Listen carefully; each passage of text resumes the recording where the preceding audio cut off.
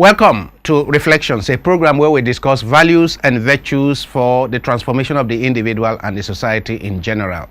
I am Father George Ehusani, and today I have in the studio with me a guest. He is Professor Emmanuel Funsho Oluyitan.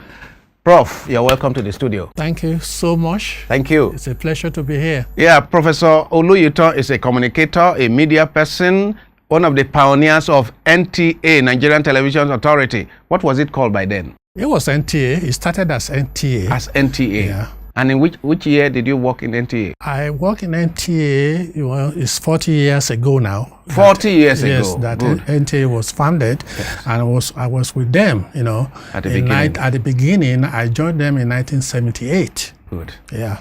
Great. And then before NTA, Prof had worked at Nigerian Customs Service? Well, yes, I did work at Nigerian Customs. Which year was that? I worked at Nigerian Customs in 1966.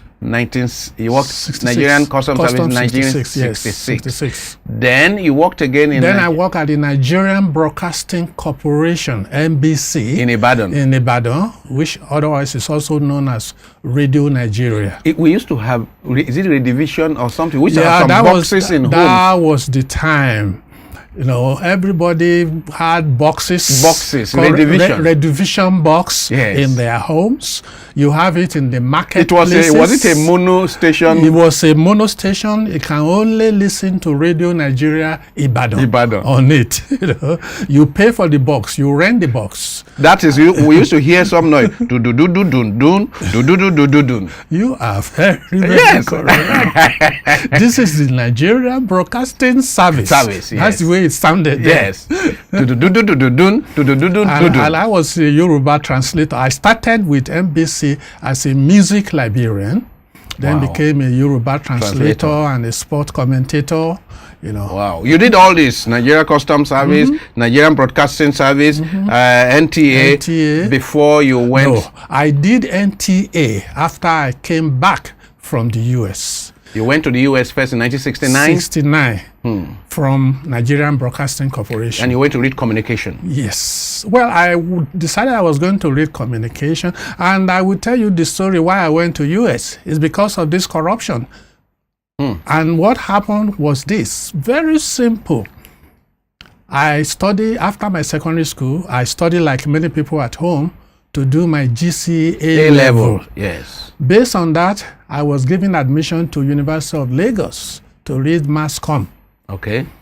The result came from WAEC. At that time, I passed 2 subjects easily. I studied for them. Yes. A month after that, another result was issued out because they canceled all the first results on the basis that the exam leaked out. So my second result, I only passed 1 subject instead of 2. So Unilag has to withdraw my admission. Your admission. I said, that's it. I wrote abroad. I got admission at the University of Minnesota in Minneapolis, USA, and I went to US to study. Wow. But when I got there, I studied political science as my first degree. Okay. But I didn't study at Minnesota. Then I went. My friends in US said Minnesota is a cold place. What are you going to do there? Come to Bowie State, Maryland. Interesting. I lived in Bowie. Is that right? I lived in Bowie, next door to Bowie State University. Oh yeah, that's where I had my first degree in political science. Yes, I was studying in Howard University, but I lived in Bowie. Okay, they call them historically black universities, HBCUs. Yes. And then from there, I went to Indiana University in Bloomington, Indiana, which is another cold area, but I'm already used to the country, to the cold. And so I did my master's and my first PhD. Good. And your first PhD is educational technology? Educational technology, media, radio, and television. Wow. So, which is why you came back to NTA. To NTA. Because when I came back, I left Radio Nigeria, NBC, on leave without pay. So my name is still on the register. I can come back to whatever position is available. So I came back and I went to Ikoyi headquarters of NTA, NBC, NBC, and NTA was just starting. Yes. And the Director General of NBC then told me, well, you did television also. Maybe you have more to do with the new establishment called the Nigerian Television Authority. That's how you got him. I said, then he called the DG, and I went to see the DG. So you know people like Dr. Engineer Maduka? Oh, he was my DG. Oh, he was your DG. He was the first person that I contacted. You see, I know many people that...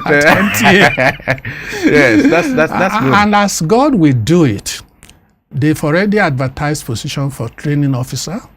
They've completed the interview. And then the DG said, they've completed the interview because NTA was taking over Lagos Television in Victoria Island. Yes. That's how they formed NTA. They took over all the state stations. Okay. So he called the head of the station. I said, well, I have somebody here who just came from US who I think you can use.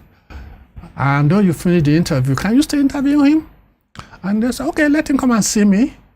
Plain, simple, honest people. Yes. And I went to see them to Victoria Island. And I interviewed him briefly, and he called some people, and they all agreed that they can interview me in 3 days' time. I should come back. So I went for the interview, and at the end of the interview, as I learned later, I became number one. After the first set of After people the first set. So that's how I got into NTA as a training officer. So you helped design the training manual for... Yes, as a training officer, I was going around the stations of NTA. There were only 6 stations then, training the staff. But by the time I came and joined, I have actually not written my dissertation for that PhD. I see. I finished my coursework and everything. I wanted to do a dissertation that will reflect development in Nigeria. Yes. Then I said, this is a good opportunity. I have to design a training program that will be used for development. This is a new country, developing station. And then I wrote my supervisors in US, they agree with me. I wrote a proposal, they approve it. And then I did a research on the training program of NTA at that time. Okay. And then I went back to US and wrote a curriculum because they were going to start NTA College in Jos. Yes. So that's how I wrote the curriculum for that college. We have around here the first principal of that college, Dr. Tom Adaba. Of course. I met Tom Adaba in US doing his master's. Yes. And then we talk, you know. And he came home before me. Yes. So he became the first principal. He became the first principal. I know that. And then we have had him on this program. And I came back and I gave him my dissertation to use. Great. So Professor Oluyitan is from Ehusani, right? Alaye, in Ekiti State. Ekiti State, yes. Wonderful. Ekiti has produced too many professors. Yeah. We need to share some of these professors around. That was the only thing we knew at Ekiti. Yes. Education, so education. Ekiti land benefited very much from the Awolowo free education of the 60s. Yes, indeed. And 50s and 60s. Yes, indeed. I was one of the last set of standard 6. You know, the primary education at that time is you go class 1, class 2, and then you reach standard 1 to 6. So 8 years. So my class was the last of the 8-year primary education. You know, 1954. Wow. And then the free primary started in 55. I see. You know, I see. But then you also had some grammar schools. Yes. You know, after the primary school, because there were not many secondary schools at that time. So many students were not able to go to secondary school. Schools. 1, there may be financial problems. 2, there were not enough to accommodate students who want to go. So Awolowo's government started what they call secondary modern school. And I was again one of the first set of secondary modern school. And one of the main reasons why I was not able to go to secondary school has to do with the kind of father that I had. At that time, and I'm saying it now, and I hope, you know, it has reduced. Even at that time, if you are not extremely brilliant, which I was not at that time. At that time. Yes. When I say extremely brilliant, you must be the top 5 in your school. Yes, yes. If you are one of the top 5 in your school, you will get automatic admission to a secondary school. If you are not, you will do exam, you will do everything. But again, those secondary schools, most of them are missionary secondary schools. Yes. So the principal has to take care of the children of members of the church. Okay. He has to take care of the children of his own friends. He has to take care of the children of staff. So those of you who are not connected in that area may not get. To get, you might have to do something under the table. Which your father was not which prepared. my father was never ready to do. So from childhood, yes, you were given the idea of living by principle. Yes, indeed. Now that brings us to the whole issue of your involvement in the anti-corruption. Professor Oluyitan is a one-man riot squad because from 1957, yes, you have been taking an oath, yes, indeed, of transparency against corruption. And by 1984, while you were teaching in ABU, you set up this Association of Nigerians Against Corruption. And you get people subscribed to this association, and many take an oath. Yes. Until now, you are 77 years old. Yes, indeed. Till now, 77 and a half, going to 78 in July. You keep going around from primary school to university, yes, going around recruiting people into this Association of Nigerians Against Corruption. Can you tell us about it?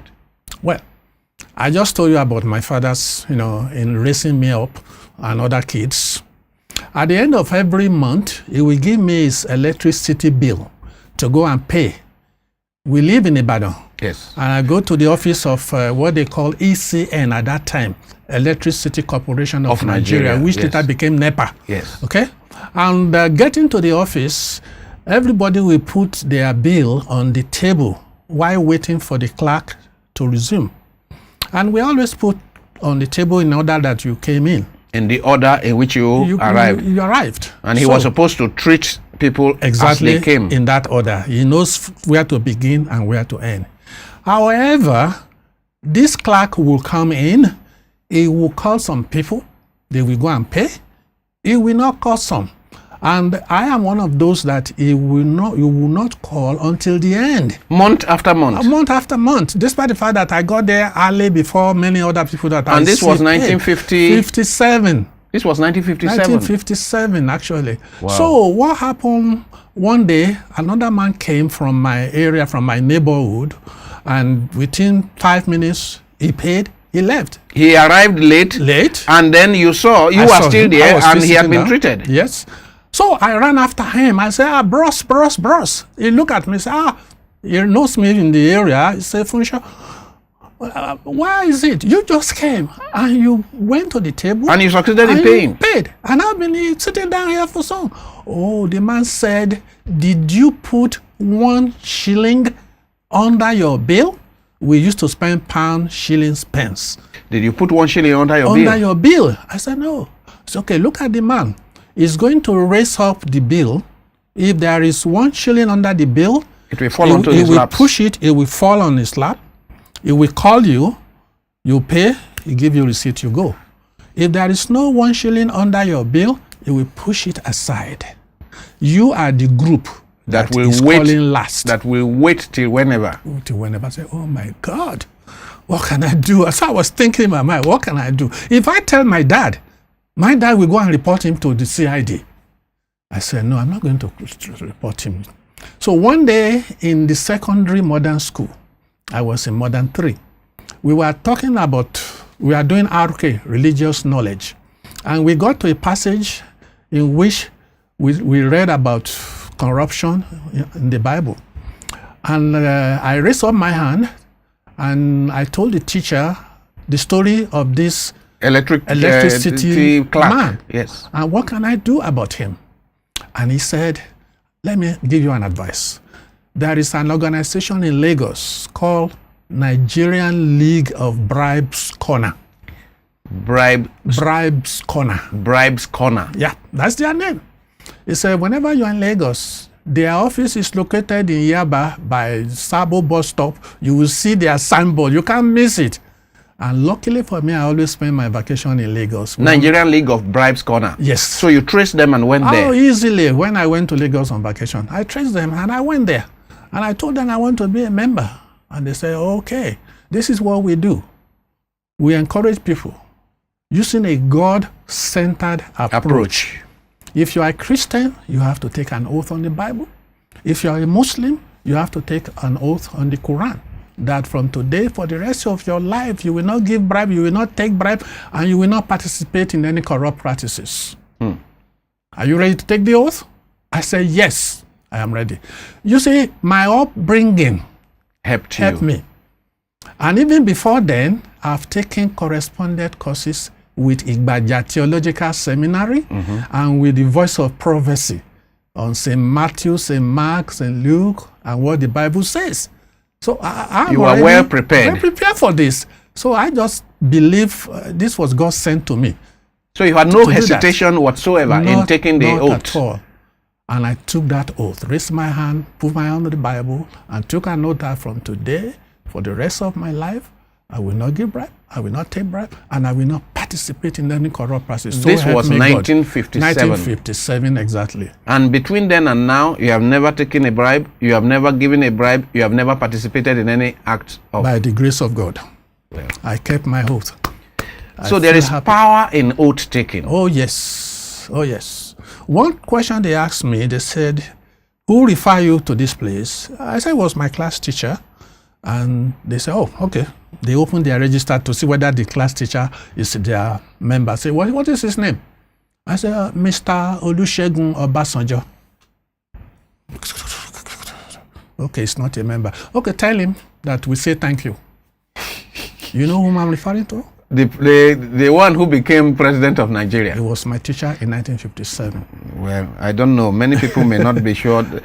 Well, he led you. He led me. He led you into this, and you're doing wonderful work. Yes. We thank God for that. We thank God for that. Yeah. Now, after you took a note of, transparency. You went further. You went back to the US. You came back. You became a teacher in ABU. Yes. Now, by 1984, in ABU, you saw the need to start this Association of Nigerians Against Corruption. Tell us about it. Well, everybody now will remember in 1984, there was a military coup, and our present president became head of state. Yes. With General Idiagbon. Yes. And they started what they call war against indiscipline. Why?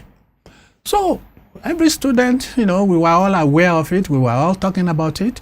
And then I told my students, I said, there used to be an organization that I joined in 1957 that actually helped me to do what this Y is calling it's all about. Yes. Because when I was teaching at ABU, I would never get late to a class.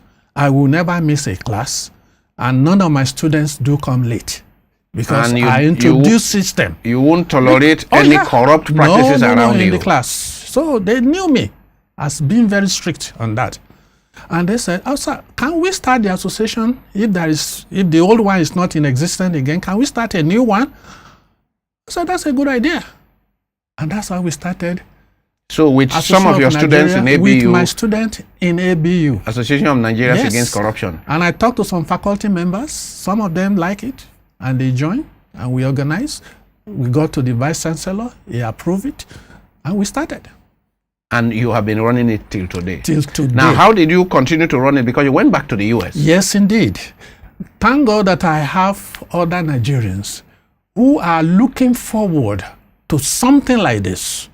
So when I begin to talk, when I begin to go to schools, I begin to find some people who are interested. And then I started having representatives. I had one in Abuja, I had one in Ibadan, I had one in Benin, and I had one in Lagos. So all the time I was traveling back to US and coming here, they were running those organizations for me.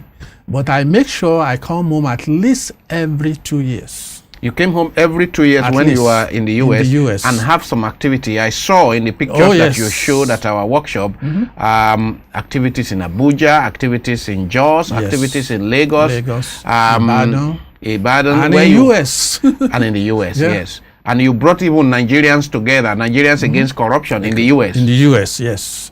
And that was in US. I did the campaign in US. I went to churches in US, Nigerian churches in New York, and in Dayton, Ohio, where I lived. And it seems like everybody was ready to be part of this. Because for those of us who are living abroad, I said, look, don't create a situation that will allow the custom officer to demand bribe from you. Because at that time, everybody claimed that custom is corrupt. They'll get there, they won't let you. I said, look, don't carry luggages that are contrabands. Don't carry overweight luggages. So if there is nothing, you have not broken the law. Why would you give a bribe? You know, just go simply and say, welcome home. They will even attend to you well. And if you see any situation that is going to create corruption, try to eliminate it. For example, when I arrive at the airport in Nigeria anytime, and I see a double line or no line, everything was so crowded, this gives those people opportunity to pick you out and say, give me some money, I will help you out quickly. Yes. And I will come out of the line and I will shout, I say, can we line up? Okay. Can we line up, please? And people will fall in line. So do something so that the environment that will motivate corrupt officials from asking for bribes does not exist. So if there's no line, you take it upon yourself to organize a line. I did that many times at that airport. I did that in Nigeria at the post office. You know, and encourage people who are traveling not to carry contraband. Yes, encourage people who are traveling not to carry excess luggages. If you carry it, then pay for it. Take your money with you and pay the necessary amount that you should pay. Don't let anybody tell you, sir, give me half of the money and you can carry it over. No. Pay. So it is not enough that you have been championing this Association of Nigerians Against Corruption. It is not enough that you are committed yourself, but that you go about doing things to prevent it. That makes you a resistor. You resist it. You know. Not just avoid corrupt practices, but you resist it. I saw in the picture you showed us yesterday that you even visited in 2017. You visited Abuja, and went to the marketplace and to the highway, and you mounted a canopy with a microphone in your hand, and speaking to people and trying to recruit people into this. In front of the secretariat, the federal secretariat in Abuja here. You know, there is a big parking lot where every staff come and go in to take transportation. I pitch my tent there in front of that place. But remember, now I have to get police permission to do it, which I did. I went to the Abuja police headquarters to get permission to do that. So I don't want any policeman to come to me and say, do you have permit to do this? So I did that first. I got the permit. But then, technically speaking, do you really need permit? Because there is no law anymore that forbids public gathering. So that's true. This was the time of Boko Haram. And anything could happen. You remember they bombed the UN headquarters and police office. So the police are very aware. So it's more of seeking police protection than permit. Reason is that the lawyers now insist that public association, you really don't need police permit, because the law provides that you can gather 2, 3, 4, 5 people anywhere. But it is more of seeking police protection against any eventualities. That's correct. Not permit to gather, but police protection. You inform the police, I intend to gather. To do this. And I do it at this location. And I got the approval to do it. I mean, at the beginning, I called Professor Oluyitan a one-man squad. What we saw at a workshop on corruption, what he showed us from all the slides he showed us, that he alone has been doing since 1957 against corruption. Perhaps if we have 100 Nigerians, just 100 out of 180 million, if we have just 100 Nigerians doing what he alone has been doing, and yet he is an unsung Nigerian, but what he has been doing against corruption in this country, I really thank God for you, and I ask God to bless your work so that within your lifetime, luckily God has given you good health. Thank God within for your that. lifetime, you may see a major change. Amen. In the next segment of this program, we are going to be discussing modalities for this fight against corruption. Yes, indeed. Beyond, your association, what else Nigerians can do, what individual Nigerians can do, what government can do. God bless you. Thank you for the opportunity. Thank you very much. It's a blessing. Yeah.